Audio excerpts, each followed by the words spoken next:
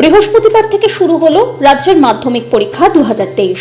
এই বছর শিলিগুড়ি শিক্ষার জেলায় পরীক্ষার্থীর সংখ্যা 13,234 জন এবং এরই পাশাপাশি মোট পরীক্ষা কেন্দ্র 50টি। এরই সঙ্গে দার্জিলিংয়ে পরীক্ষার্থীর সংখ্যা 4,830 জন, কালিম্পংয়ে 3,463 জন। তবে প্রশ্নপত্র ফাঁস সহ টুকলি রুখতে এবছর বাড়তি পদক্ষেপ গ্রহণ করেছে কর্তৃপক্ষ।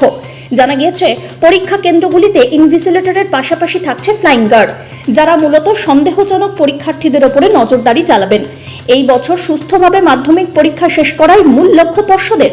পরীক্ষা চলাকালে প্রশ্নপত্র যাতে কোনোভাবেই সোশ্যাল মিডিয়ায় ছড়িয়ে পড়তে না পারে, সেক্ষেত্রেও গ্রহণ করা হয়েছে কড়া পদক্ষেপ।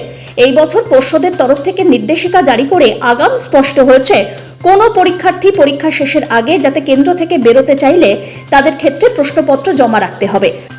আর যদি কেউ প্রশ্নপত্র সহ পরীক্ষা কেন্দ্র থেকে বের হতে চায়, সেক্ষেত্রে নির্দিষ্ট সময় অবধি পরীক্ষা কেন্দ্রেই তাদের থাকতে হবে। কেন্দ্রে আসা কোনো পরীক্ষার্থী কোনো রকম সমস্যা বা যানজটের মধ্যে যাতে না পড়তে পারে, তার জন্য রয়েছে শিলিগুড়ি মেট্রোপলিটন পুলিশের কড়া নজরদারি। এরই সঙ্গে সমস্ত পরীক্ষা কেন্দ্রগুলির কিছুটা দূরত্ব থেকেই ব্যারিকেড করে দেওয়া হয়েছে, যাতে পরীক্ষা কেন্দ্রের সামনে কোনো রকমের যানজটের সৃষ্টি না হয়।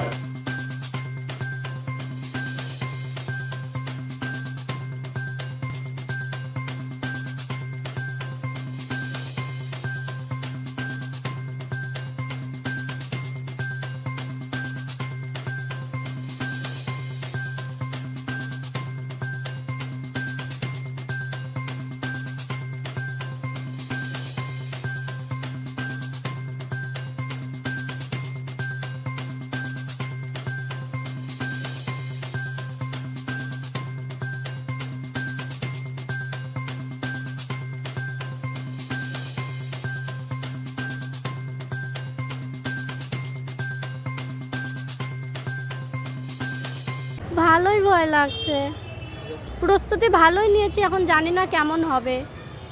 কতটা আশা করছি? 50% তো আশা করছি, মানে এখন কি হয়।